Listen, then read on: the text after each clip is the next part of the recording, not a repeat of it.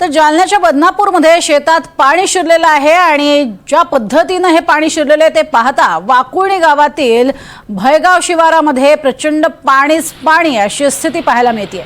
संपूर्ण शेत हे पूर्णपणे पाण्याखाली गेलेलं दिसतंय आणि त्यामुळे शेतकऱ्यांच्या चिंतेत वाढ झालेली आहे। उभी पिकं जी आहेत ती अक्षरशः पाण्यात सडताना पाहायला मिळतात। आढावा घेतलाय आमचे प्रतिनिधी लक्ष्मण सोळुंके यांनी। जालना जिल्ह्यातील वाकोळणी भायगाव या शिवारात आपण बघू शकतो की रात्रीच्या 3च्या सुमारास मुसळधार असा या ठिकाणी पाऊस झालेला आहे। त्यामुळे आपण बघू शकतो की हा वाकोळणी शिवार आहे, ज्या ठिकाणी आपण आता या सोयाबीनच्या शेतात आहोत की ज्या ठिकाणी अक्षरशः 3 ते 4 किलोमीटर पर्यंत या ठिकाणी संपूर्ण शेत हे पाण्याखाली गेलेलं आहे।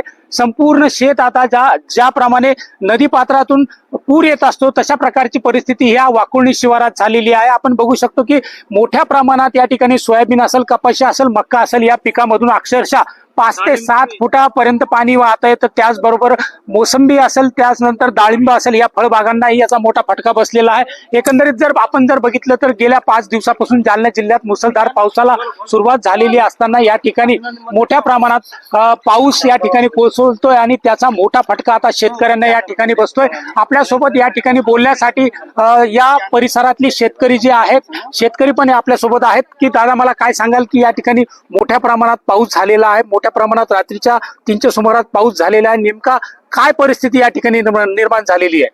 तर सध्या तरी परिस्थिती तुमच्या डोळ्यात देखत आहे, ही इतकी झालेली आहे की अक्षरशः आता इथं सगळ्या शेतकऱ्यांना समजा आता तोंडाशी आलेला घास आहे, हा संपूर्णपणे शेतकऱ्याचं हिरवून घ्यायचं काम या अवकाळी पावसानं झालेलं आहे।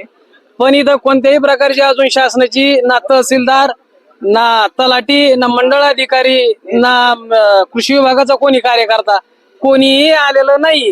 हे सगळं कोणी फोनही उचलत नाही। आले तरी काल फोन केल्याच्या नंतर यांनी सांगितलंय की बाबा आमचं काही यायला जमत नाही, आमच्याकडे 4 गाव आहेत, पण अजूनही कोणी नाही। 11:30 पर्यंत त्यांची मुदत होती, पण ही अशी परिस्थिती झाल्यानंतर शेतकऱ्यांनी जगावं की मारावं हे शासनाने सांगावं।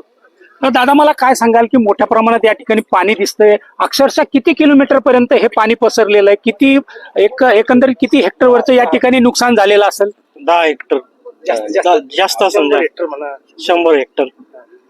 मला दादा काय सांगशील की काय नेमकं पिकाचं नुकसान झालेलं आहे, कशी परिस्थिती या ठिकाणी निर्माण झालेली आहे? सोयाबीन, कापूस आणि डाळिंब इतर फळबागाचं सर्व ते नुकसान झालेलं आहे।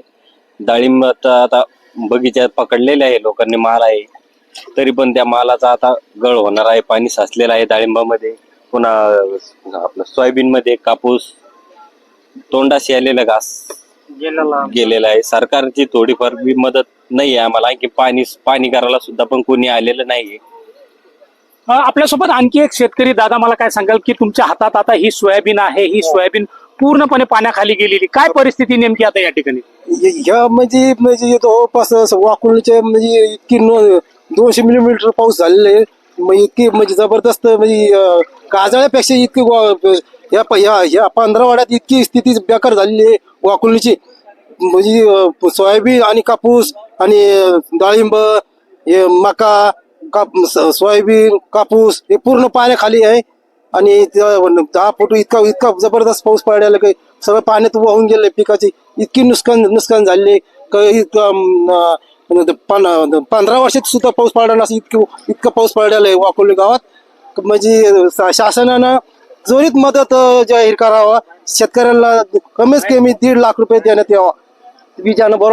आपण बघू शकतो की मोठ्या प्रमाणात या ठिकाणी नुकसान झालेलं आहे आणि त्यामुळे संपूर्ण हे जे शेताचा परिसर आहे, हे संपूर्ण शेताचा आपण परिसर बघू शकतो की या ठिकाणी ही सोयाबीन आहे, जी अक्षरशः ही सोयाबीन जर आपण बघितली तर ही अक्षरशः पाण्याखाली गेलेली आहे। कारण की शेतकऱ्यांनी मोठ्या मेहनतीने या ठिकाणी कर्ज आणि उसनवारी करून या ठिकाणी जे सोयाबीनचं पीक पेरलं होतं, हे पीक पूर्णपणे पाण्याखाली गेलेलं आहे। संपूर्ण बदनापूर तालुक्यातल्या वायगाव असेल, त्यानंतर वाकोळणी असेल या परिसरात अशाच प्रकारची परिस्थिती या ठिकाणी निर्माण झालेली आहे। मोठ्या प्रमाणात आता आपण बघू शकतो की या ठिकाणी 3 ते 4 किलोमीटर पर्यंत शेतात नदीचं स्वरूप आलेलं आहे। कारण की नदीला ज्याप्रमाणे पूर येतो त्याचप्रमाणे या ठिकाणी शेतातून आता पाणी वाहायला सुरुवात झालेली आहे। कॅमेरामन योगेश लबडेसह लक्ष्मण सोळुंके, NDTV मराठी, जालना।